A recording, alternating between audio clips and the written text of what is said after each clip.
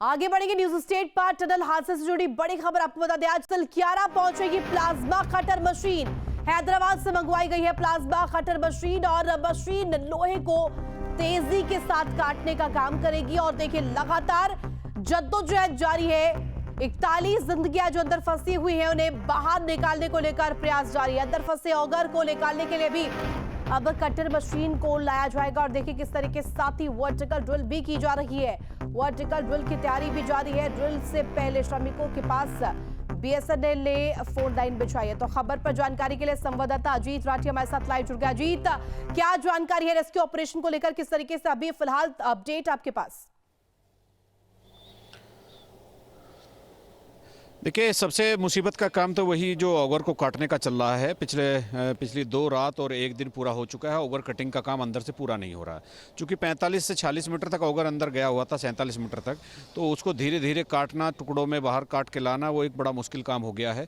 और ये कटिंग का काम अभी चल रहा है। कल हैदराबाद से प्लाज्मा कटर मशीन की एक डिमांड वहाँ से की गई है। तो वहाँ से वो मशीन हेली सर्विस से जोली ग्रांट आ गई थी। तो जोली ग्रांट से यहाँ पर अब किसी भी समय पहुँच सकती है।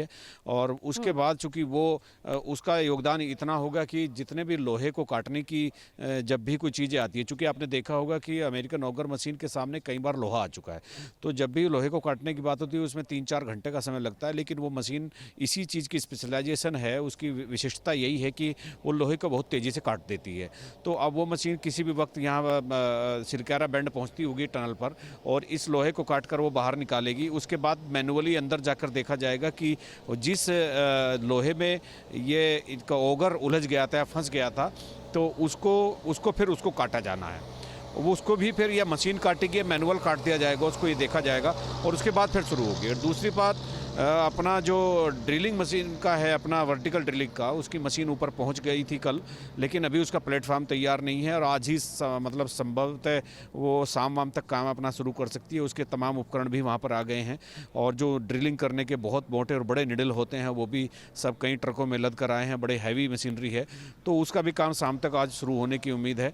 लेकिन सबकी निगाहें इसी पर टिकी है। और कंपनी ने और जिला प्रशासन ने ये भी फैसला किया है कि अगर वो ऑगर मशीन का जो ऑगर फंसा है उसको काटकर बाहर निकालने के बाद जो मैनुअल अंदर लोग भेजे जाएंगे, तो उनको क्या करना है कि उसको काटने के बाद फिर इस बात का भी देखना है कि अंदर मैनुअली खुदाई कितने दिन में हो सकती है।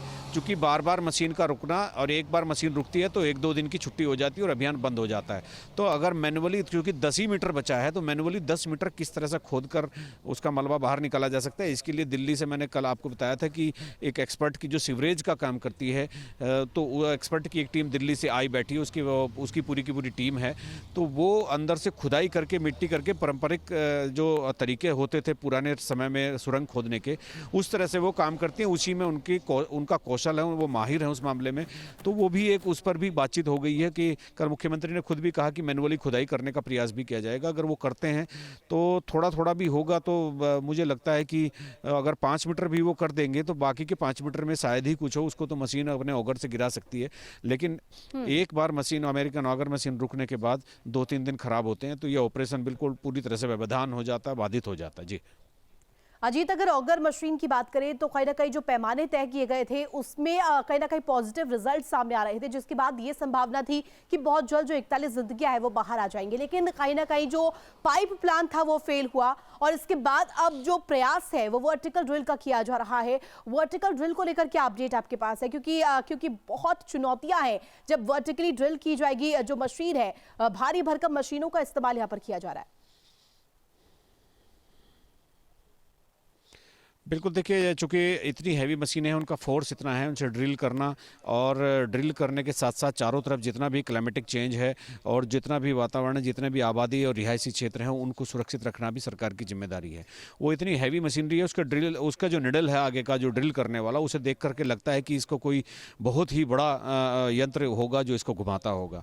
अब वो चलेगी तो फिर एक चीज़ पर, इस पर भी विचार किया जा रहा है कि कहीं क्रैक्स ना पड़ जाएँ, चूँकि उसकी तो पावर इतनी है कि कि जब वो चलेगी तो पहाड़ को काट कर रख देगी, लेकिन वो अगर नीचे सुरंग में क्रैक आनी शुरू हुई और दोबारा इस तरह का कोई हादसा हो गया तो इससे भी बचने के पूरे विचार विमर्श के साथ पूरा मंथन किया जा रहा है।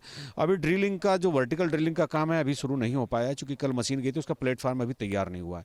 नीचे अभी रात भर उसको ठीक है, अपने ठीक उसके है। गंतव्य खबर स्थल पर तक नजर बना पहुंचाने के की रखें। फिलहाल बहुत शुक्रिया तमाम जानकारी साझा करने के लिए।